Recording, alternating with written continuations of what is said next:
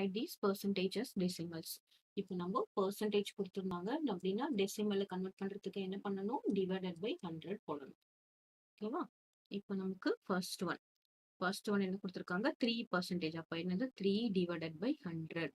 3 divided by 100னா என்னது, left hand சைட்ல point move ஆகும். இங்க பாயிண்ட் இங்க இருக்கு, இங்க எத்தனை 2 0 இருக்கு, இங்க ஒரு நம்பர் இருக்கு, நம்ம இன்னொரு 0 போட்டுக்கலாம். அப்போ டெசிமல் எங்க மூவ் ஆகும், 1 2 digits left hand side move ஆகும், இங்க வரும். அப்போ அது என்ன வரும் பாத்தீங்கன்னா 0.03 or we can write 0.03. Okay, next second one என்ன கொடுத்திருக்காங்க, 25%. 25% என்ன பண்ணலாம், 25 divided by 100 எழுதலாமா?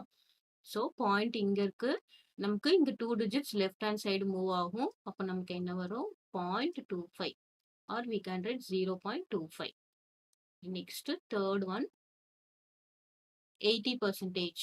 80 divided by 100. பாயிண்ட் இருக்கு, 2 digits left hand side move ஆகும். அப்ப என்ன வரும், 0.80. நெக்ஸ்ட் ஃபோர்த் ஒன் என்னது, 67%. அது 67 divided by 100 which is equal to point moves towards left side.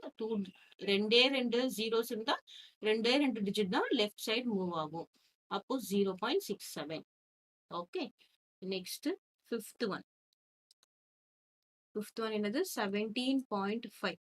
17.5 divided by 100. இப்போ நமக்கு பாயிண்ட் எங்க மூவ் ஆகும், 1 2 இங்க மூவ் ஆகும். அப்போ 0.175. 0.175. Next sixth one 135%. இப்போ இது டிவைடட் பை 100 போட்டோம்னா என்ன ஆகும், பாயிண்ட் இங்க இருக்கு, 2 0 லெஃப்ட் சைடு மூவ் ஆகும். அப்ப நமக்கு என்ன கிடைக்கும், 1.35 டெசிமல் இதுதான். Next seventh one 0.5%. அப்போ 0.5 டிவைடட் பை 100. பாயிண்ட் இங்க இருக்கு, இங்க 2 zeros இருக்கு. அப்போ நம்ம பாயிண்ட்டுக்கு முன்னாடி 2 டிஜிட் இருக்கணும். பாயிண்ட் எங்க போகும், 1 2 இங்க வரும் பாயிண்ட். அப்போ என்ன வரும், 0.005. அப்போ 0.005.